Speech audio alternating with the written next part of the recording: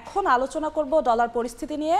আর এই নিয়ে আলোচনার জন্য আমাদের সঙ্গে ভার্চুয়ালি যুক্ত হয়েছে নিট পোশাক শিল্প মালিকদের শীর্ষ সংগঠন বিকেএমই এর সভাপতি মোহাম্মদ হাতেম। মোহাম্মদ হাতেম, এই সময়ের বাণিজ্যে আপনাকে স্বাগত। জি, ধন্যবাদ। আমাদের সহকর্মীর একটি প্রতিবেদন দেখছিলাম যে ডলার বাজারে সরকার নির্ধারিত দামে পাওয়া যাচ্ছে না। আপনাদের তো ডলারের উপর নির্ভরশীলতাটা আছে, আমদানি করতে হয় বিভিন্ন জিনিস, তো সেক্ষেত্রে আপনাদের অবস্থা কি? আপনারা কি পাচ্ছেন নির্ধারিত দামে?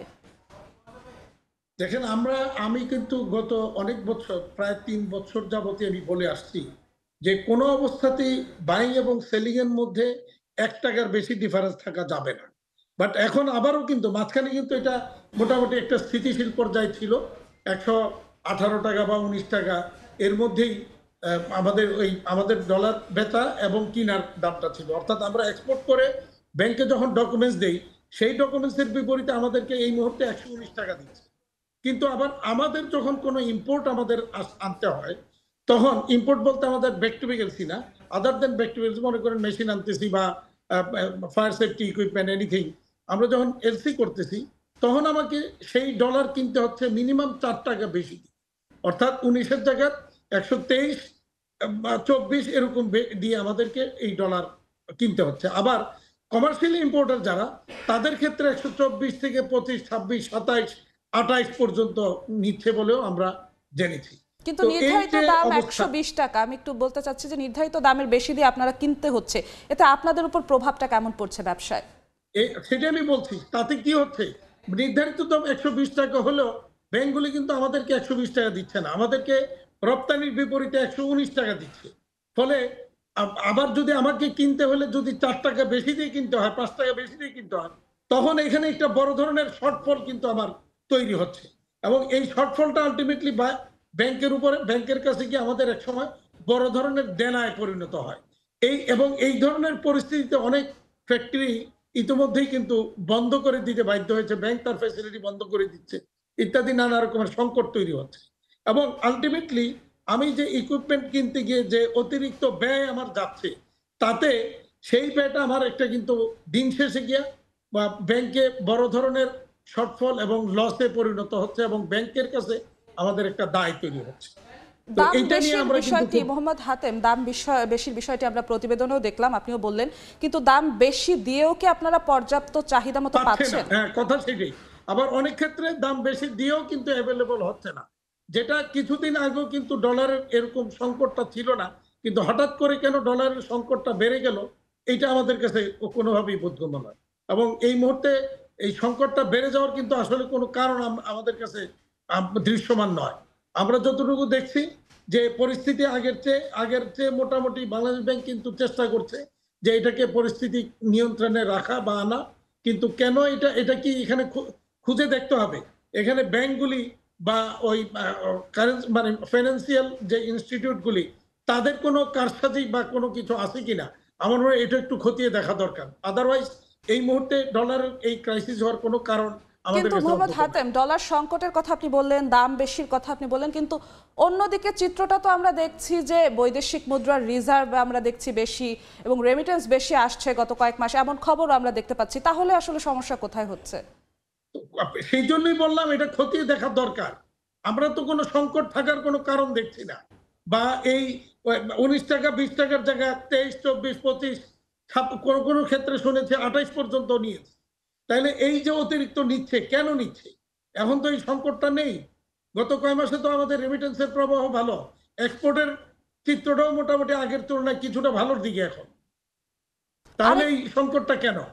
এটা কি তাহলে কি ইচ্ছাকৃতভাবে? আরেকটি বিষয় যদি মোহাম্মদ হাতেম যুক্ত করতে যাই, যে বৈদেশিক মুদ্রা বা ডলারের হিসাবটাই যদি বলি, সব থেকে বেশি আসে রেমিটেন্স যোদ্ধাদের হাত ধরে এবং আপনাদের হাত ধরে, কারণ তৈরি পোশাকই প্রথম রপ্তানি খাত। এবং সেক্ষেত্রে কি ডলারের দাম নির্ধারণ করার সময় কখনো আপনাদের সঙ্গে আলোচনা হয়? কখনোই আমাদের সঙ্গে কোনো আলোচনা হয় না, এবং এটা দুর্ভাগ্যজনক যে ডলার ডলার আর্ন করি আমরা, ব্যাংকের কাছে ডলারগুলি বিক্রি করি আমরা, আর এটার দর নির্ধারণ করেন একতরফা ভাবে ব্যাংকার্স অ্যাসোসিয়েশন বা বাফেদা, ওনারা করেন। সেখানে আমাদের কোনো হাত নেই এবং আমাদের সাথে কোনো মত বা পরামর্শ সেখানে নেওয়া হচ্ছে না। এটা খুব দুঃখজনক, দুর্ভাগ্যজনক। এই আপনাদের এবং যদি এখানে তারা অবদান যেটা রাখার করে, কোনো সুযোগ থাকতো মোহাম্মদ হাতেম, তাহলে কি এই সংকট এরকম ভাবে হতো না, এমন কিছু মনে করছেন? আমরা আমরা আমরা মনে করি যদি আমাদের সাথে আলোচনা করে করা হতো তাহলে অবশ্যই কারণটা দেখাইতে হইতো যে কি কারণে ডলার সংকটটা হলো, কেন এটার দাম বাড়লো, এটা আমাদের কাছে জবাবদিহিতার একটা ইয়ে থাকতো। কিন্তু এখন তো সেই সুযোগ নাই, ওনারা একতরফা ভাবে যা খুশি তাই করে যাচ্ছেন। আচ্ছা, আমরা যেমনটা দেখছি ডলারের দাম নির্ধারণের ক্ষেত্রে সরকারের পলিসিতে একরকম, কিন্তু বাস্তবতা যে ভিন্ন সেটা আমরা প্রতিবেদনে দেখলাম, আপনার কথা শুনে বুঝলাম। তাহলে কি আপনাদের এই যে বাণিজ্যিক কৌশল সাজাতে কোনো প্রভাব পড়ে কিনা?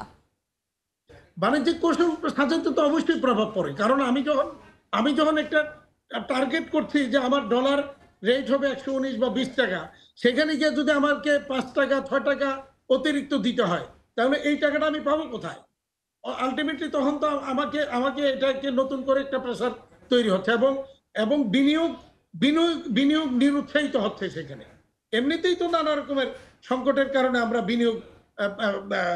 বিনিয়োগ পরিপন্থী একটা অবস্থান বর্তমানে চলছে, নিরুৎসাহিত হচ্ছে, এবং বিশেষ করে নানা রকমের আরো অনেকগুলি সংকট আছে। সবকিছু সংকট মিলেই কিন্তু এই মুহূর্তে আপনি যদি দেখেন বাংলাদেশের বিনিয়োগ কিন্তু এখন থমকে আছে। কাঁচামাল আমদানিতে আপনারা যদি কাঁচামাল আমদানি পর্যাপ্ত পরিমাণে না করতে পারেন, সেক্ষেত্রে রফতানি আয় প্রভাব পড়বে। তো এখন আপনারা কাঁচামাল আমদানিতে কোনো চ্যালেঞ্জের মুখে পড়ছেন ডলারের এই পরিস্থিতির কারণে? না, কাঁচামাল আমদানিতে যেটা একটা হচ্ছে যে আমাদের ব্যাক টু ব্যাক এলসির মাধ্যমে আমদানি, সেখানে আমাদের ডলার ক্রাইসিসের সাথে এটার কোনো সম্পর্ক নাই, কারণ আমরা তো আমাদের ব্যাক টু ব্যাক এলসি, আমার যে ডলার আসবে সেই ডলার থেকে পেমেন্ট যাবে। বাট এখানে একটা সংকট যেটা আমরা ফেস করছি ব্যাক টু ব্যাক এলসি করতে গিয়ে, কাঁচামাল আমদানি করতে গিয়ে, যে ইডিএফ এর ফান্ডটা আমরা পাচ্ছি না ঠিক মতো। অর্থাৎ যেমন আমি একটা এলসি করে রেখেছি, সেটার আরো 3 মাস 3.5 মাস আগে, 3.5 মাসও আমি কিন্তু ইডিএফ এর ফান্ড আমার ব্যাংক এখনো পায় নাই। ফলে ব্যাংক কি করছে, সেখানে আমার এই ফান্ডের উপরে তারা 15% করে ইন্টারেস্ট কাউন্ট করতেছে। তো ফলে আমি যে ব্যাক টু ব্যাক এলসি করে পিডিএফ এ ফান্ডের ইয়েতে গিয়ে আমি এলসিটা করলাম, সেটা আলটিমেটলি আমার কিন্তু সেখানে আমি লসে পরিণত হচ্ছে আমার এই ইয়েটা। এই মোহাম্মদ হাতেম, আপনারা কি এলসি খুলতে চাইলেই ব্যবসায়ীরা এলসি খুলতে পারছেন এই মুহূর্তে? এইটা আমাদের জন্য আরেকটা সংকট, যেটা ব্যাংকগুলি নানাভাবে আমাদেরকে সময় মতো এলসি দিচ্ছে না, আমাদেরকে নানাভাবে ভোগান্তির মধ্যে। অর্থাৎ আমরা একটা লিড টাইম কত 50 দিন 60 দিন লিড টাইম নিয়ে আমরা একটা অর্ডার নেই। সেক্ষেত্রে যদি ব্যাংক এলসি করতে যদি আমার 20 থেকে 30 দিন খেয়ে ফেলে, তাহলে বাকি 30 দিনে আমার পক্ষে কোনোভাবেই সেই এলসিটা এক্সিকিউট করা বা শিপমেন্টটা এক্সিকিউট করা সম্ভব হয় না। ফলে সেখানে আমাকে গিয়ে তখন হয় মানে ওভারটাইম করতে হচ্ছে, নাইট করতে হচ্ছে, অতিরিক্ত ব্যয় করে আমাকে শিপমেন্ট করতে হচ্ছে। তাও হয়তো আমি শিডিউল মেনটেন করতে না পারলে তখন আমাকে এয়ার ফ্রেট অথবা ডিসকাউন্টের খরচে পড়তে হচ্ছে। তো এইভাবে কিন্তু কন্টিনিউয়াসলি আমরা কিন্তু লস করছি। ব্যাংকের এই অসহযোগিতা, চরম অসহযোগিতা বলবো, ব্যাংকগুলি নানা অজুহাতে নানাভাবে আমাদের এই ব্যাক টু ব্যাক এলসি করতে বিলম্বিত করছে। ফলে আমাদের এখানে আমরা বড় ধরনের ক্ষতির সম্মুখীন প্রতিনিয়ত হচ্ছি আমরা। না, ডলারের এই অস্থিরতার কারণে আপনাদের এক রেটে এলসি খুলতে হচ্ছে, আরেক রেটে কাঁচামাল আমদানি বা অন্য বিষয়, এই অস্থিরতার কারণে কি যে আপনাদেরকে বিদেশি বিনিয়োগের ক্ষেত্রে বা বায়ারদের ক্ষেত্রে আলোচনার ক্ষেত্রে কোনো প্রভাব পড়ছে কিনা এলসি সেটেল করার ক্ষেত্রে? বিশেষ করে বিদেশি বিনিয়োগ তো সেখানে অবস্থা হবেই, প্রবলেম তো হচ্ছেই।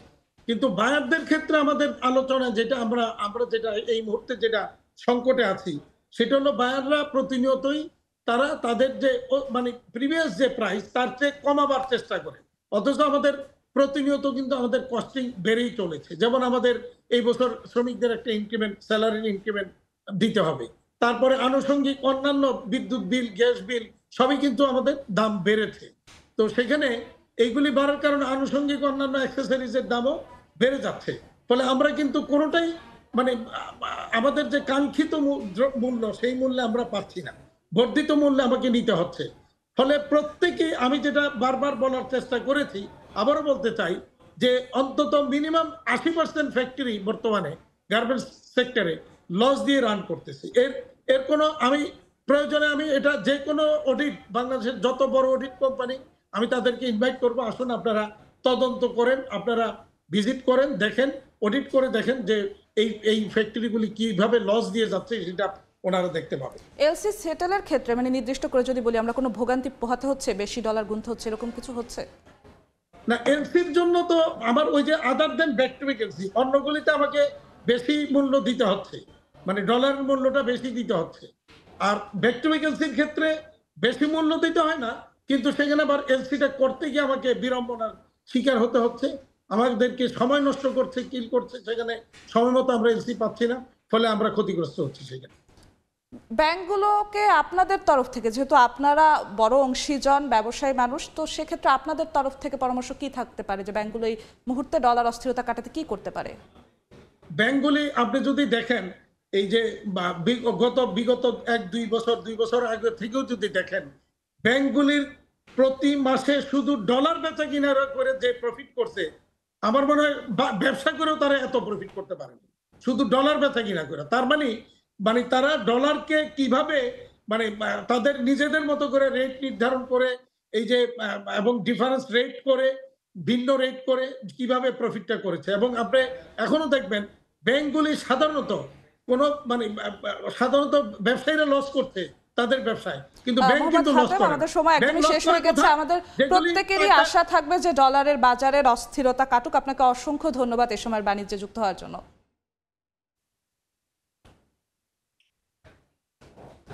আমাদের সঙ্গে ডলারের বর্তমান পরিস্থিতি নিয়ে আলোচনার জন্য যুক্ত হয়েছিলেন বিকেএমই এর সভাপতি মোহাম্মদ হাতেম।